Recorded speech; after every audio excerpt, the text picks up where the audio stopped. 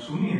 उसका सूत्रपात करते हुए हमारे जो आदरणीय रणधीर जायसवाल जी हैं, आपने 1998 में प्रारंभ किया अपना कार्यकाल, और मुझे अचानक लगा कि मेरे और आपके बीच में इतनी अच्छी आत्मीयता क्यों है, क्योंकि मैंने 98 में ITV में काम करना शुरू किया, तो ये हमारी यात्रा करीब समान रही है। तो लेकिन आप IFS के रूप में जो पिछले 2 दशकों में आपका जिस तरह का कैरियर रहा है और जो कुछ आपने सीखा और भारत के प्रेम को पोर्चुगल, क्यूबा, दक्षिण अफ्रीका में परमानेंट मिशन जो भारत का है या न्यूयॉर्क में उसके द्वारा, और महत्वपूर्ण जो आपके कई असाइनमेंट्स रहे हैं जिनका मैं विस्तार से उल्लेख न करते हुए भी ये याद करना चाहता हूँ कि मिनिस्ट्री ऑफ एक्सटर्नल अफेयर्स में पहले आप डिप्टी सेक्रेटरी के रूप में, फिर आपने भारत के संबंधों को यूनाइटेड स्टेट्स ऑफ अमेरिका में देखा, और जॉइंट सेक्रेटरी के रूप में आपने वेस्ट यूरोपियन कंट्रीज में अपनी सेवाएं दी हैं, और भारत के राष्ट्रपति महोदय के साथ भी आपने समीप से जो कार्य किया, उसके लिए भी आपकी विशेष रूप से इस रूप में सराहना की जाती रही है कि वो इंटरनेशनल रिलेशंस का जो भारत के महामहिम राष्ट्रपति महोदय का पोर्टफोलियो था उसको आपने संभाला।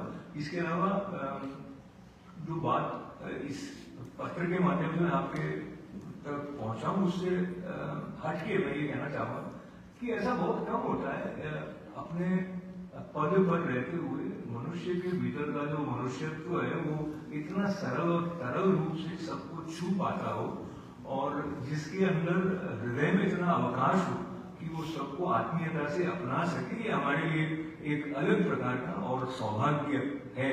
और साथ में आपको स्पोर्ट्स में और एनवायरमेंट, कल्चर, मॉन्यूमेंट्स, और खुशी की बात है कि भोजन की तरफ भी आपको विशेष रुचि है। नहीं रणदीप जी, तो जो भोजन प्रिय होता है वो हमको बहुत प्रिय होता है, क्योंकि भूखे भोजन न होए गोपाला भी हम कहते रहते।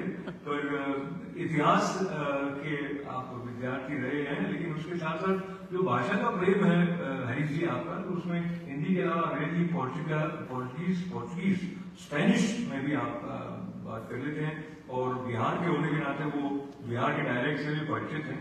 आबादी अभी यहाँ पर नहीं है, पर उनकी आवाज भी आपके भीतर आंदोलित रहती है। तो मैं आपसे ये अनुरोध करूंगा कि आप हिंदी के संबंध में बात करते हुए यदि बिहार के डायलेक्ट में भी कुछ बोलेंगे तो उसका भी एक अलग रस आएगा।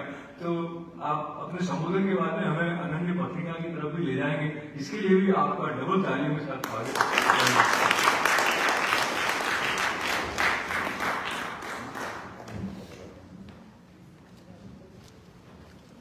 आप सभी को मेरा नमस्कार, मेरा प्रणाम। बड़ी खुशी की बात है कि आज इस समारोह में छोटे छोटे लोग हैं, नए नए लोग हैं, यंग लोग हैं। ये देख के बड़ी खुशी होती है कि हिंदी के इस कार्यक्रम में हमारे युवा वर्ग के लोग हमारे यहाँ साथ में मौजूद हैं। इतनी सारी शुभकामनाएं मिल गई कि अनुप भार्गव जी, आपको मेरे ख्याल से समय आ गया है कि इस लोकार्पण करें और अपने अपने रास्ते हम लोग चलें, क्योंकि इतनी सारी शुभकामनाएं हमने देखा दुनिया के हर कोने से, यूके, लंदन से, हिंदुस्तान से, ऑस्ट्रेलिया में बैठे हमारे अशोक चक्रधर जी से। तो मेरा ये मानना है कि ये बहुत अच्छी शुरुआत है और ये शुरुआत आगे जाएगी, और हम लोग सब मिलकर हिंदी के प्रचार प्रसार, और सिर्फ हिंदी ही नहीं, भारत की अन्य भाषा प्रचार प्रसार में संलग्न होकर इसको आगे ले जाएंगे। आज का ये दिन शुभ दिन है हिंदी प्रेमियों के लिए, भारतीय भाषाओं से प्रेम करने वालों के लिए, और मेरे लिए खासकर कई एक कारण है। एक तो ये नई शुरुआत हिंदी प्रेमियों के बीच की जा रही है, दूसरी की इस साल 2022 एक मील का पत्थर है हमारे इतिहास में, हमारे जीवन में। भारत का 75वां साल, आज़ादी के 75वां साल मनाया जा रहा है, आज़ादी का अमृत महोत्सव मनाया जा रहा है। और हमारे बीच हमारे कॉलेज के एक अध्यापक, मेरे गुरुजी डॉक्टर हरीश नवल भी मौजूद हैं। इन सब चीज़ों को लेके ऐसा लगता है कि अनन्य की शुरुआत बहुत शुभ और बहुत बेमिसाल है। आगे तक हम जा पाएंगे। यहाँ पर अपने लोगों के बीच में उठना बैठना होता है तो ऐसा लगता है कि, और कारण भी है कि ज़्यादातर अंग्रेजी बात करते हैं, क्योंकि अंग्रेजी इस देश में अंग्रेजी बोली जाती है। लेकिन कभी कभी, जैसे 2 दिन पहले की बात है, हम लोग एक कार्यक्रम में लॉन्ग आइलैंड में थे, वहाँ एक छोटी सी लड़की थी 10वीं कक्षा की, वो फराटेदार गुजराती बोल रही थी। फराटेदार, जैसा कि मान लो सुरेंद्र नगर में बैठे हैं, अहमदाबाद में कहीं बैठे हैं, तो सुन के मुझे बड़ा अच्छा लगा। मैंने उससे पूछा कि आप कहाँ के रहने वाले हैं, कहाँ आपकी पैदाइश हुई, कहीं की मैं यहीं की पैदाइश हुई, मैं यहीं की रहने वाली हूँ। तो ये सुनकर बड़ा अच्छा लगा, और इसलिए मुझे बड़ा अच्छा लग रहा है कि हमारे जो छोटे भाई बहन हैं वो हमारे साथ हैं। वो हैं तो हिंदी है और हमारे अन्य भाषा है।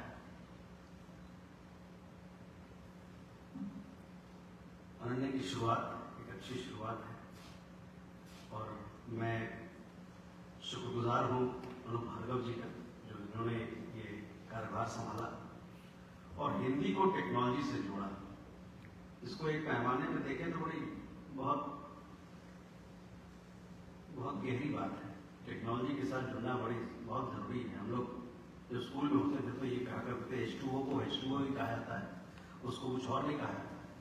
क्यों, ऐसा क्यों है? क्योंकि विज्ञान का भाषा नहीं बन पाया, हमारी भाषा विज्ञान की भाषा नहीं बन पाई। तो H2SO4 है तो H2SO4 ही होता है हिंदी किताब में, चाहे गुजराती किताब में। तो ये बड़ी अच्छी पहल है कि आपने टेक्नोलॉजी से हिंदी को जोड़ा है। और मेरे तरफ से एक प्रस्ताव है कि अनन्य को अगर आप मौका देंगे तो हम सूरीनाम, फिजी, मॉरिशस और अन्य जगहों को जोड़ सकते हैं। वहाँ पर हमारे दूतावास के लोग हैं, उनसे हम ये कह सकते हैं, प्रस्ताव भेज सकते हैं, चिट्ठी पत्र लिख सकते हैं कि वहाँ पर जो लोग हैं इसको पढ़ें, या इसमें जो कंट्रीब्यूट करना चाहते हैं, जो लिखना चाहते हैं अनन्य में, वो लोग इससे जुड़े। तो आप सबको, हमारे मुख्य अतिथि प्रोफेसर सुरेंद्र गंभीर जी, आपके बारे में अनूप भार्गव जी ने बताया, मुझे बड़ी खुशी हुई ये जान के 70 के दशक से यहाँ पे संलग्न है हिंदी के प्रचार में, हिंदी को पढ़ाने में और हिंदी को आगे ले जाने में। तो एक बार फिर से आप सभी लोग को बहुत बहुत शुभकामनाएं अनन्य के लिए, हिंदी के लिए, और आइए साथ मिलकर इसको हम हिंदी के प्रचार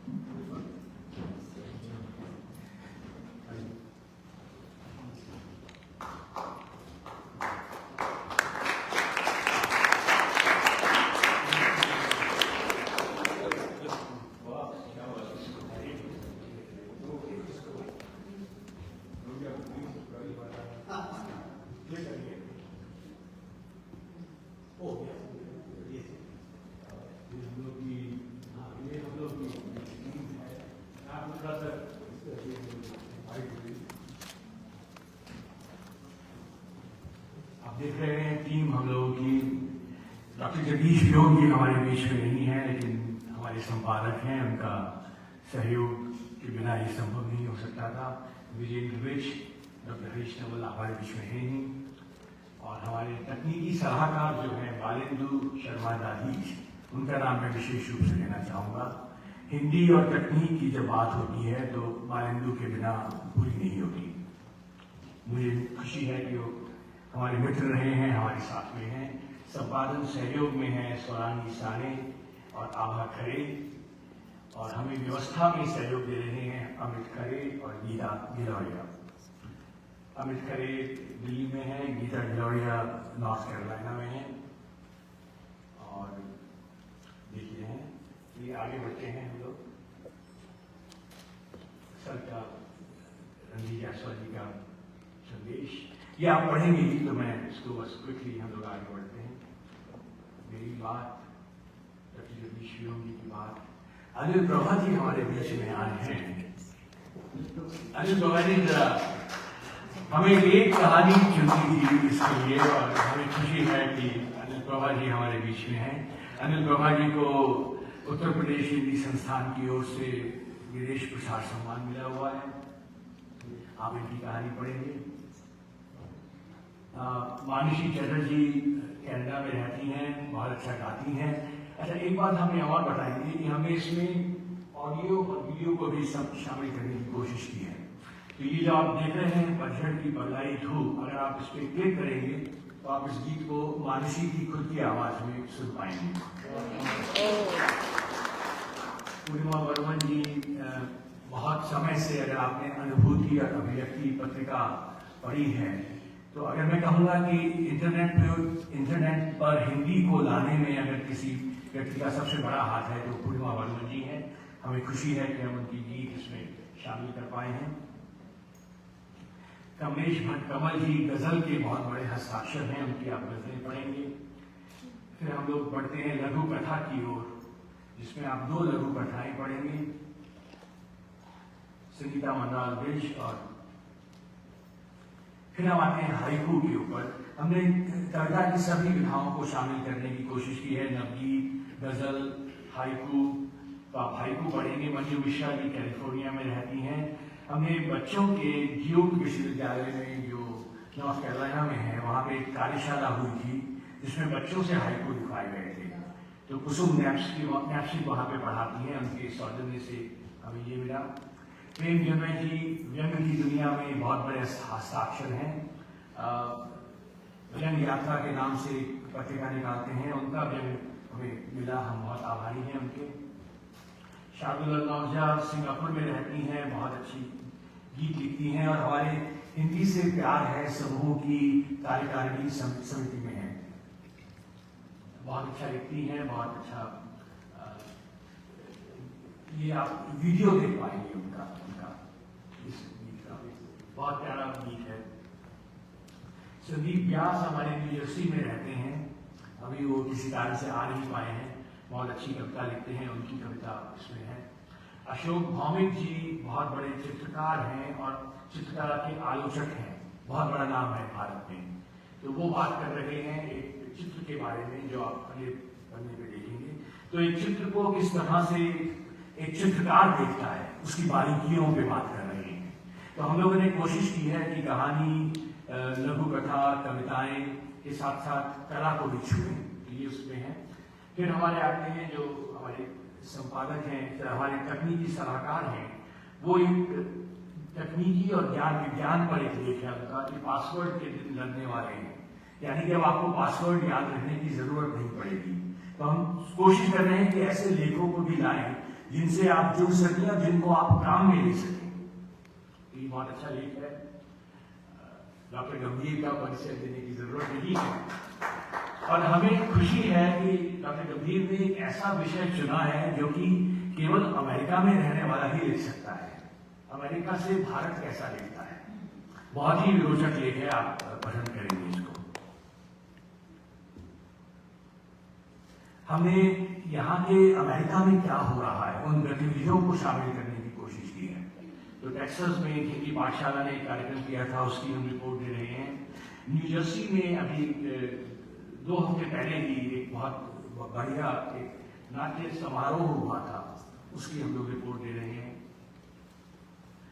काजल कुमार बड़ा अच्छे कार्टूनिस्ट हैं, आप ये तो यही पढ़ सकते हैं। हमने सामयिक विषय लिए हैं, तो महंगाई जो एक है और एक कोरोना एक बूस्टर का, तो आप पढ़ेंगे। और अंत में हम ये इसका अंतिम पृष्ठ है, इसमें एक चित्र हम लोग दे रहे हैं सोचने के लिए आपको। तो ये भी अशोक भौमिक का चित्र है। तो हम लोगों ने पत्रिका का साइज जो है वो छोटा रखा है। हमने इस तरह से सोचा है कि उसको 20 या 30 मिनट के बीच में आप पढ़ सकें, क्योंकि हमारा मानना है कि उससे ज्यादा का समय आजकल नहीं होता है।